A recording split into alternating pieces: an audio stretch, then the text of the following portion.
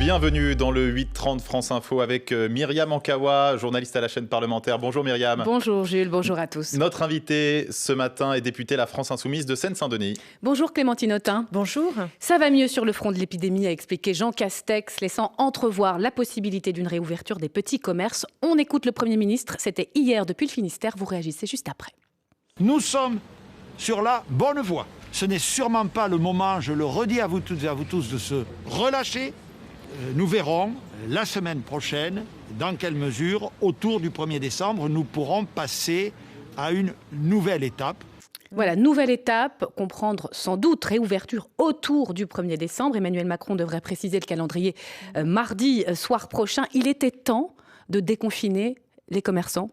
Oui.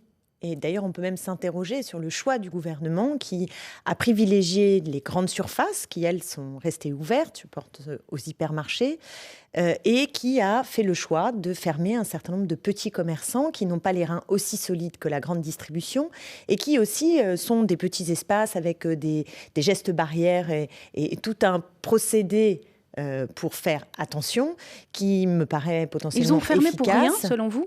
Ces petits commerces. En tout cas, c'est une question qu'on peut se poser et je crois que le gouvernement a fait un choix qui est dans la continuité des politiques publiques depuis plusieurs décennies où on privilégie ces mastodontes commerciaux sur les petits commerces de proximité dans lesquels il y a davantage de liens qui peuvent se nouer et qui permettent aussi de sortir du tout-voiture. Alors la question c'est quand vont-ils rouvrir à présent, vous le souhaitez le plus tôt possible ? Oui, je voudrais que celles et ceux qui nous écoutent se rendent bien compte de la gravité en fait de la situation pour les commerçants et les artisans.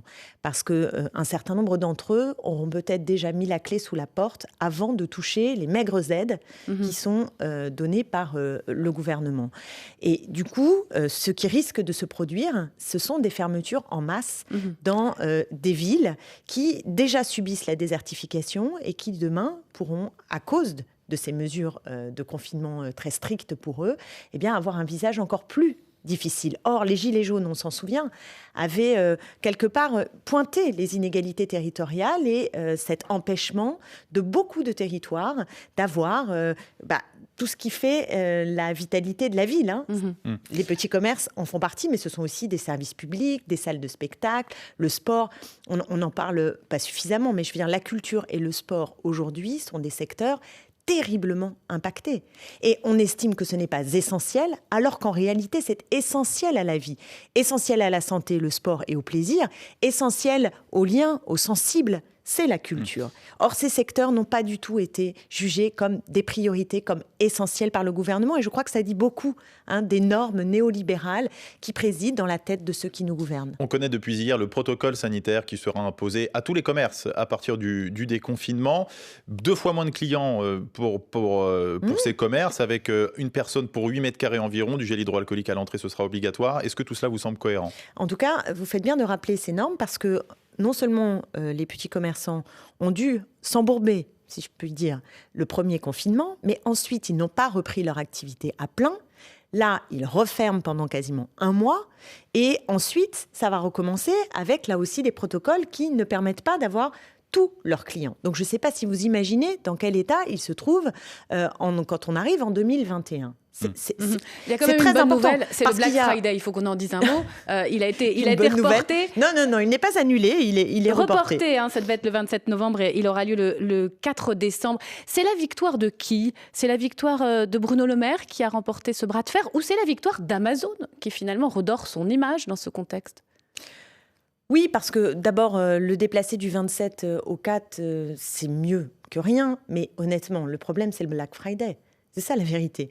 Vous avez peut-être vu cette enquête de l'UFC Que Choisir, très intéressant, qui nous explique qu'en fait, ce Black Friday, c'est beaucoup d'arnaques. C'est pas toujours des bonnes affaires. Non, c'est pas toujours des bonnes affaires. Et puis, c'est cette société de la consommation qui vous crée la pulsion, c'est-à-dire que vous êtes en attente comme ça. Et le 27, vous avez une pulsion d'achat qui peut vous tourner vers... finalement des actes d'achat. Donc vous voudriez sur des choses qui ne sont purement et simplement le Black Friday. Qui ne sont pas forcément essentielles.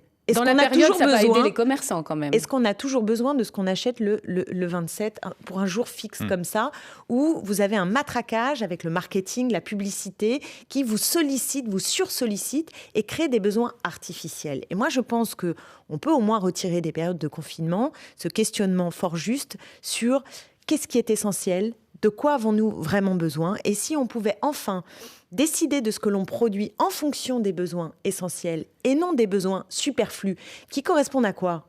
Ça correspond à quoi, ces besoins superflus ? Aux besoins du capital de s'accroître, c'est ça la vérité. C'est-à-dire que vous avez des entreprises, comme Amazon, mais bien d'autres groupes, qui recherchent une seule chose, c'est à faire davantage de profit. Donc, ils compriment la part des salaires, et il vous amène à acheter toujours plus, comme si le plus était le mieux. Ça, c'est la vision de société. Et le mieux, très concrètement, vous ne ferez pas vos cadeaux de Noël sur Amazon. Mais vous appelez au boycott ? Honnêtement, c'est pas qu'une question. Moi, je vis dans ce monde comme tout le monde, hein. Je veux dire, c'est comme si vous me disiez, je critique Coca-Cola, il m'arrive de boire du Coca-Cola, je critique les hypermarchés, je vous assure que j'y vais très régulièrement. Bon, voilà, le problème n'est pas qu'un choix individuel, on ne va pas s'en sortir avec ça. Il y a une tribune d'élus qui appelle à ne pas. Mais je le comprends, l'appel collectif au boycott, la demande de la taxe sur Amazon. Amazon, ce qu'il faut, c'est qu'ils payent leurs impôts en France. Pourquoi ils sont plus compétitifs que les petits commerçants ? Pourquoi on arrive à ce gap de prix ? Les gens, ils achètent sur Internet ou sur Amazon parce que aussi c'est moins cher. C'est ça le problème. Or, la réglementation doit favoriser les commerçants qui permettent de faire du lien plutôt que des grands groupes qui ne paient pas leurs impôts en France et qui exploitent des salariés au statut totalement précaire et sous-rémunérés. C'est ça la vérité. Un modèle qui génère beaucoup de scepticisme et de critiques chez vous. Vous en avez même tiré un livre à gauche en sortant de l'hypermarché. On va y revenir dans un instant. On va aussi revenir sur la question de l'isolement des personnes cas contact ou cas positifs. Tout cela juste après le fil info à 8h40 avec Diane Ferchit. La mesure la plus controversée de la proposition de loi sur la sécurité globale votée hier soir par l'Assemblée nationale, cet article 24 vise à pénaliser la diffusion malveillante d'images des forces de l'ordre.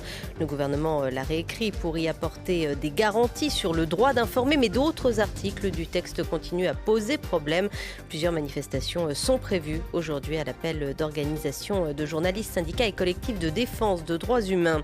Le futur confinement allégé au cœur d'une réunion hier soir entre les chefs de parti et le Premier ministre. Pas de grandes annonces à l'issue de ce rendez-vous. Emmanuel Macron s'exprimera mardi concernant la réouverture des commerces. Il y aura un nouveau protocole sanitaire. Selon les informations de France Info, il faudra 8 mètres carrés pour accueillir un client contre 4 avant le reconfinement. À 4 jours de sa rencontre de Ligue des Champions contre Leipzig, le PSG s'incline 3-2 face à Monaco pour la 11e journée de Ligue 1 de football. À suivre une seule rencontre ce samedi, Brest affronte Saint-Etienne. Ce sera à 17h. Avec lui, c'est la mémoire vivante de la résistance qui s'éteint. Les mots du chef de l'État après l'annonce de la mort de Daniel Cordier. Il était l'un des derniers compagnons de la Libération. Il s'est éteint à l'âge de 100 ans. Un hommage national va lui être rendu. France Info. Et Clémentine Autain, députée La France Insoumise de Seine-Saint-Denis, est l'invitée de France Info ce matin. Clémentine Autain, sujet qui monte en vue du déconfinement, l'isolement des personnes testées positives, des cas contacts aussi peut-être, isolement qui pourrait être obligatoire. Le sujet est sur la table, c'est ce qu'a dit sur France Info Gabriel Attal, le porte-parole du gouvernement hier. C'est un modèle qu'un certain nombre de pays, et pas uniquement en Asie, mais y compris chez nos voisins, à des degrés différents, ont retenu. Ensuite, parce qu'il y a aujourd'hui des parlementaires qui font cette proposition, qui disent finalement, dans cette nouvelle étape qui s'ouvre dans la lutte contre l'épidémie, est-ce qu'il ne faudrait pas adapter nos dispositifs, notamment sur l'isolement, et avoir un isolement des cas positifs et des cas contacts, avec des contrôles, voire des sanctions, s'il n'est pas respecté. Ça nécessite une discussion et un débat démocratique. L'isolement obligatoire des personnes testées positives, qu'est-ce que vous en pensez ? Est-ce que ce serait utile ? D'abord, je pense que nous avons au sommet de l'État une politique de gribouille. Mais vraiment de gribouille. Parce qu'on n'arrive pas du tout à suivre quelle est la logique qui est mouvante. On se souvient au début des propos de ministres nous expliquant que le masque ne servait à rien. Puis finalement, on est confiné. On est face à un État qui n'arrive pas à produire suffisamment de masques. Puis ensuite, qui ne sait pas organiser les tests. On se trouve dans une situation en France, 6e puissance économique mondiale, avec des queues dans la rue et des résultats de tests quasiment à J+7. Enfin, c'est lunaire. Alors maintenant, on a des tests, on a plusieurs millions de tests Oui, par à la semaine, bonne ça heure, marche. à la Enfin, bonne heure. est-ce qu'il faut Enfin, le je rendre vous rappelle que le obligatoire avec des gouvernement- mesures de sanctions, voire coercitives, pour obliger les gens à rester chez eux quand ils doivent être en Je vous quarantaine? rappelle quand même que le gouvernement nous avait expliqué qu'il était fin prêt pour la deuxième vague. C'est plutôt un fiasco. Alors, isoler, oui, c'était la démarche tout à fait juste qu'il aurait fallu faire dès le début. C'est-à-dire protéger les personnes les plus vulnérables et effectivement chercher à isoler les personnes Mais ça pose qui des questions sont de liberté contaminées. importantes, Clémentine Autain. En Espagne, par exemple, il y a des amendes jusqu'à 500 000 euros. D'abord, vous n'êtes pas Si obligé vous de le êtes faire. positif et que vous rejoignez un grand rassemblement, alors c'est dissuasif, c'est peut-être efficace, mais on a vu que dans certains pays, on allait jusque dans les appartements pour vérifier que les gens étaient obéissants. Oui, mais même déjà, si on fait sur la base du consentement, vous êtes testé, vous avez le Covid. Si vous voulez vous isoler, vous êtes dans une famille nombreuse, ne pas contaminer les vôtres. Qu'est-ce que vous faites? Il faut avoir des sous pour imaginer trouver un autre endroit pour vivre. Donc déjà, Donc c'est les hôtels que vous réclamez. Déjà, si on commençait à mettre à disposition des espaces pour les volontaires qui acceptent de s'isoler, commençons déjà par là, avant d'aller fliquer tout le monde. Commençons déjà par là. Mais ces simples mesures-là n'ont pas été anticipées par le gouvernement. Et c'est ce que nous reprochons fortement à ces choix de la Macronie, c'est-à-dire qu'ils sont d'abord mouvants, ils sont incompris de la population et globalement insuffisamment Il y a efficaces. un défi colossal sur la table du gouvernement, ce sont les vaccins. Vous dites qu'ils Bien ont sûr. raté les tests, ils ont raté les masques, c'est ce que vous dites. J'imagine qu'ils essayent de ne pas rater cet enjeu des vaccins. Est-ce qu'on sera prêt? La campagne de vaccination pourrait débuter en France à partir de janvier prochain. Vous le savez qu'il y a plusieurs labos qui ont mis des formules au point, aux résultats encourageants, qui doivent être évidemment encore validés. Est-ce que vous êtes optimiste sur ce chantier-là? Moi, ce qui me désole, en fait, c'est que nous ne soyons pas capables de l'organiser dans le cadre de la puissance publique. Parce que le fait qu'il y ait une privatisation de cette recherche et de cette production ne donne pas toutes les garanties, d'abord pour que tout un chacun se sente sécurisé par rapport à ce vaccin. Et ce qu'on a vu au moment où Pfizer a annoncé avoir peut-être trouvé la martingale, c'est les bourses qui commencent à s'affoler. Voilà. Donc, ce qu'il faut, c'est qu'il y ait une sécurisation pour les gens, c'est-à-dire de se dire que ce vaccin est sécure. Il y a des comités d'experts, énormément de procédures Bien sûr, qui, à chaque bien étape, sûr. vérifient de façon extrêmement Heureusement. claire et précise que tout ça... Et Heureusement. vous-même, vous allez vous faire vacciner? Oui, je me ferai vacciner dès lors que nous aurons un vaccin certifié. C'est difficile de parler tant qu'on n'a pas véritablement d'abord le vaccin dont on est sûr qu'il est efficace et sans danger, et deuxièmement de savoir comment il va être produit et diffusé. Et comment convaincre les sceptiques, ceux qui refuseraient peut-être de se faire vacciner? Je pense que c'est un problème d'abord en fait assez général sur le rapport à la science et sur le rapport aux institutions. Et ça, en effet, nous avons aujourd'hui un grave problème. Il faut le dire. Non, mais je veux dire, il faut le dire. C'est-à-dire qu'avec aussi des scandales, je pense au Mediator, à plein de scandales qui donnent le sentiment que justement les intérêts privés se sont immiscés et ont posé des problèmes sur la santé, ça Donc ça vous ne la participe comprenez pas au bien, rapport cette de défiance des Français sur les vaccins? Elle m'inquiète. Qu'on se comprenne bien, elle m'inquiète. La scientophobie ambiante m'inquiète. Rendre obligatoire le vaccin, ce serait une solution? Je pense là encore qu'il faut une démarche de consentement. C'est ce qu'il y a de plus efficace. La majorité des Français, j'espère, se vaccinera. Je ne suis pas pour le caractère obligatoire, mais par contre, je suis pour qu'on assure sa diffusion à égalité et avec un objectif de gratuité. Allez Clémentine Autain, on passe à un autre sujet qui anime le débat politique en ce moment, la proposition de loi sécurité globale, celle qui vise notamment par son article 24 à encadrer la prise d'images de policiers dans des manifestations pour éviter des dérives, du cyberharcèlement sur Internet notamment, nous dit le gouvernement. Article qui a dû être réécrit face à des levées de boucliers des défenseurs de la liberté de la presse notamment. On écoute Christophe Castaner, le président du groupe En Marche à l'Assemblée hier. La proposition du gouvernement nous permet d'y voir clair et de réaffirmer cet engagement absolu de soutien à nos forces de sécurité, mais aussi de combat menés ici, pied à pied, dans le temps, dans l'histoire, pour la liberté d'expression et pour la liberté d'expression des journalistes. Désormais, seule la volonté manifeste de porter atteinte à un agent sera sanctionnée, nous dit Christophe Castaner. Est-ce que ça y est, avec cette réécriture, l'incident est clos? Absolument pas. absolument pas. En plus, hier, ils sont allés au forceps, puisque à minuit, il restait 682 amendements, je crois. Ils ont décidé de pousser le débat jusqu'à 6 heures ce matin. Je trouve que c'est assez déraisonnable, ces conditions démocratiques pour finalement discuter d'une loi qui est quand même très importante. Sur le fond, vous reconnaissez qu'il y a un problème avec les policiers dont le nom peut être jeté en pâture sur les réseaux sociaux ? Je reconnais qu'il y a aujourd'hui un problème de relation entre la police et la population. Ça, c'est clair. Et que pour avancer vers une police républicaine, il faut davantage de justice, et que l'impunité qui peut exister, on l'a vu au moment des Gilets jaunes, où nous avions des images très importantes de violences policières qui semblaient rester à chaque fois impunies. Violences policières, mais également violences vis-à-vis des policiers lorsque ceux-ci peuvent se retrouver avec des menaces sur Twitter ou même des données personnelles parfois. Vous savez, dans la loi actuelle, et c'est pas simplement moi qui le dis, c'est Claire Hédon, la défenseur des droits, il existe de quoi protéger les policiers. D'ores et déjà, vous avez par exemple un article qui est le 226-1 qui stipule dans le code pénal qu'on sanctionne le fait de porter atteinte à l'intimité de la vie privée. Bon. Et à chaque fois quand c'est des policiers, vous avez des circonstances. Donc c'est de l'affichage. Cette proposition de loi ne sert à rien. Je ne comprends pas cette proposition de loi. Elle vise en réalité à intimider celles et ceux qui voudraient filmer et à donner davantage de pouvoir aux policiers. Et j'insiste sur un point, il n'y a pas que l'article 24 dans cette loi qui pose problème. Il n'y a pas, même si la mise en cause de la liberté de la presse est grave. Vous pensez à des systèmes de surveillance, les drones, par exemple ? Aux drones, exactement. Je pense aux drones.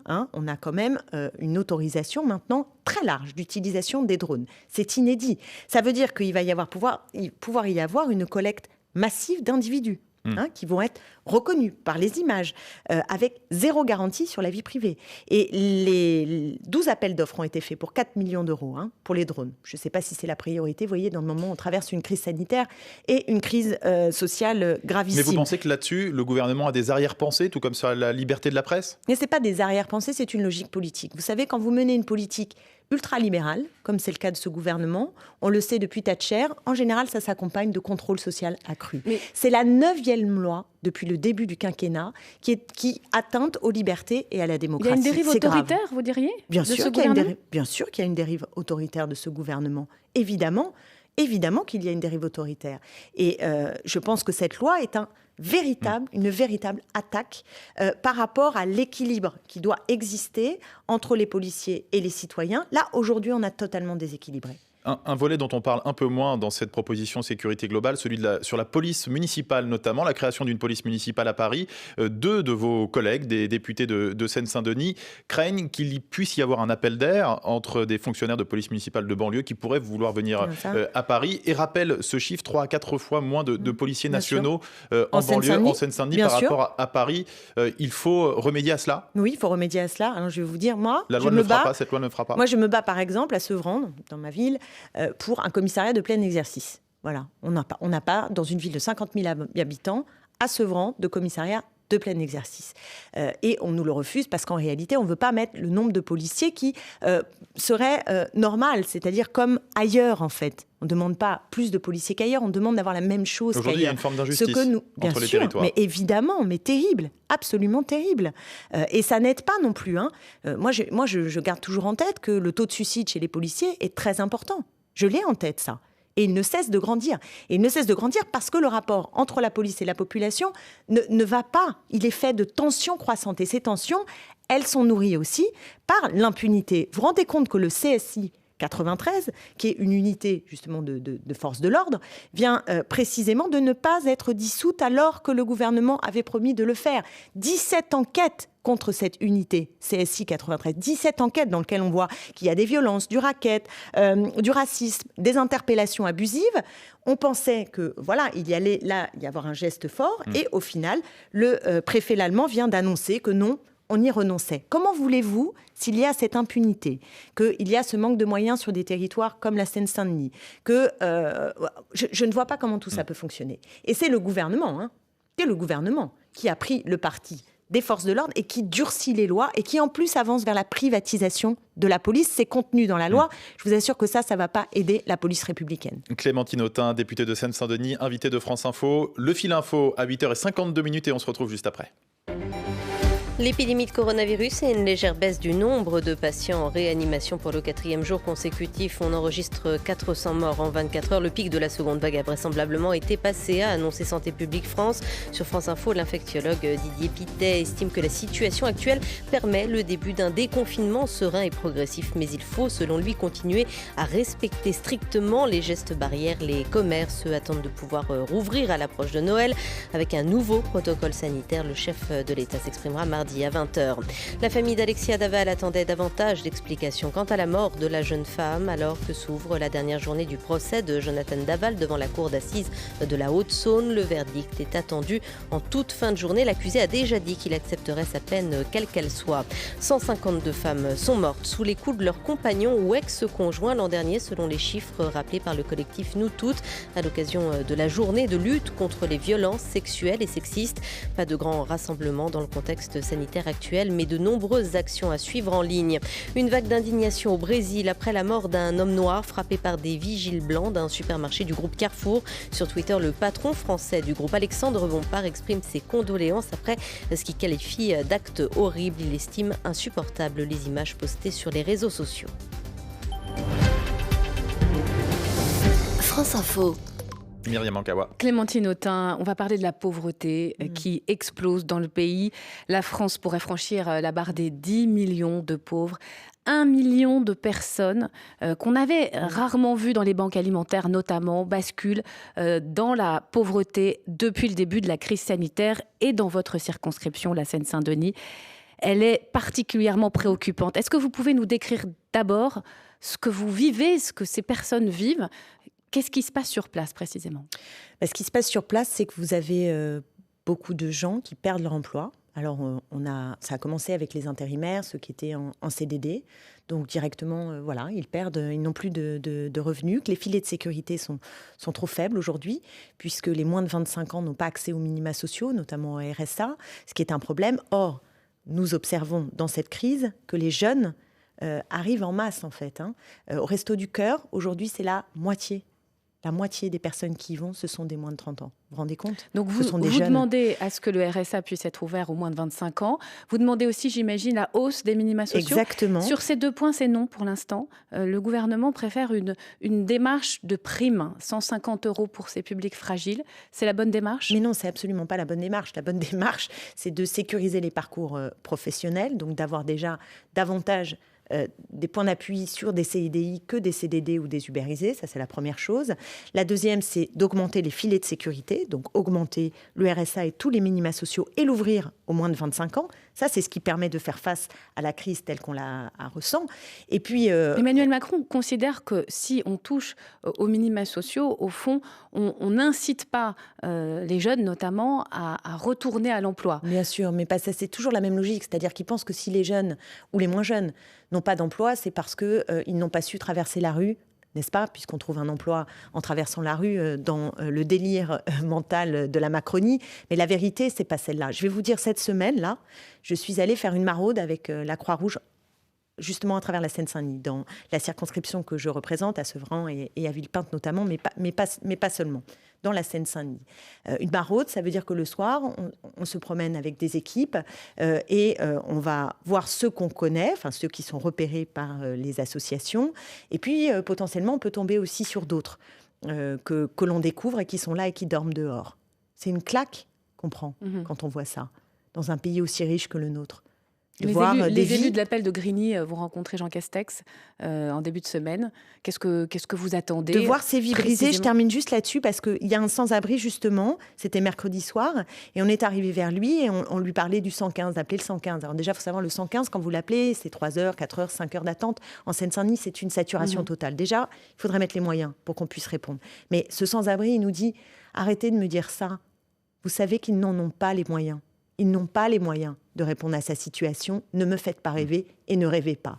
Voilà ce qu'il a dit. Il était là en train de dormir dehors sur du carton. Il n'avait même pas de duvet. Il y a une désespérance. C'est ça la réalité. Et comme le précisait Myriam Ankawa, Jean Castex va recevoir lundi plusieurs des élus des quartiers défavorisés qui réclament qu'1% du plan de relance soit dédié à ces quartiers-là. On va Mais parler... c'est rien, vous vous rendez compte? Ils sont capables de déverser des milliards pour la flat tax, pour l'ISF, pour aider les grandes entreprises sans aucune contrepartie sociale et environnementale. Les associations de solidarité, là tout de suite, qui sont au front, demandent 1 milliard. Et le gouvernement n'est pas capable de leur donner. Franchement, je vous assure, c'est assommant. On verra quels seront les arbitrages. Il y a cette réunion. Et le pire est devant nous, parce que la dépression économique, elle ne va pas s'arrêter avec le déconfinement. Donc, les effets, ils vont être en chaîne. Donc, soit le gouvernement décide de partager les richesses, soit nous allons dans le chaos social et économique. Clémentine Autain, pour porter toutes les idées que vous nous présentez ici et que vous défendez, pour la France Insoumise, pour la présidentielle de 2022, le candidat est déjà indiqué, Jean-Luc Mélenchon, qui s'est proposé. Pas de primaire pour le désigner. Est-ce qu'il s'imposait ? C'était logique ? En tout cas, il a de la légitimité. Ça, personne ne peut quand même le contester. Vous auriez préféré une primaire ? Non, pas forcément une primaire. Mais là, de toute façon, c'est pas la question. Je veux dire, Jean-Luc Mélenchon est en tête dans toutes les enquêtes d'opinion à gauche. Toutes. Qu'il soit candidat seul, candidat avec d'autres candidats, etc. Bon, il est en tête de la gauche. Ça lui donne une responsabilité. Il a des atouts, puisqu'il a d'abord une équipe solide, qui n'était pas celle d'ailleurs avant 2017 ou 2012. Je pense en particulier au groupe de l'Assemblée nationale, qui est quand même. Il pourra rassembler justement les communistes, les Verts, peut-être. Laissez-moi aller jusqu'au bout. Donc ça, ce sont ses atouts. Le fait d'avoir fait 2 présidentielles, d'être en tête dans les enquêtes d'opinion et d'avoir un équipage solide. C'est pas rien. Maintenant, il a aussi pour lui d'avoir un fil conducteur depuis 2005, une cohérence politique. Pour contester le néolibéralisme, nous n'avons pas soutenu le désastre du quinquennat Hollande. Ça aussi, ce sont des atouts. Et je pense que l'une des clés de la dynamique populaire nécessaire pour nous ICO, et on n'est pas en bonne forme, vous avez vu aujourd'hui suffisamment, en tout cas à gauche, mais pour nous ICO et avoir une dynamique, ce qu'il faut, c'est à la fois être au clair sur la proposition politique, cohérent, notamment contre le libéralisme, et rassembler.